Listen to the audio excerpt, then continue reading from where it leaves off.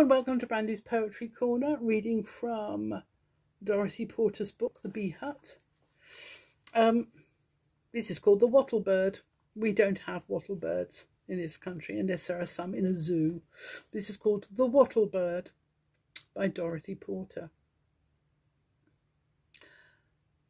Until this morning, I've been woken up by a red wattle bird flinging himself at the glass of my half-open window, calling throatily with raucous cheek as he prances the wood of my balcony rail. I'm old enough to be flattered and take no courting attention for granted. This grey morning I fumble awake, groggily trailing cobwebs of a dream about my long-dead, still-adored Siamese, clutching her to my frantic dream self as if she were a miracle still alive.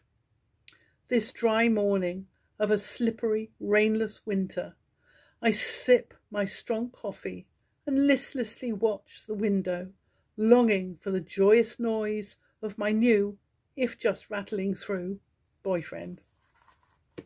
Thank you. There are birds outside my window. They're not anything like wattle birds, I don't think. For other poems read by me, look me up, Brandy Pearson, on YouTube.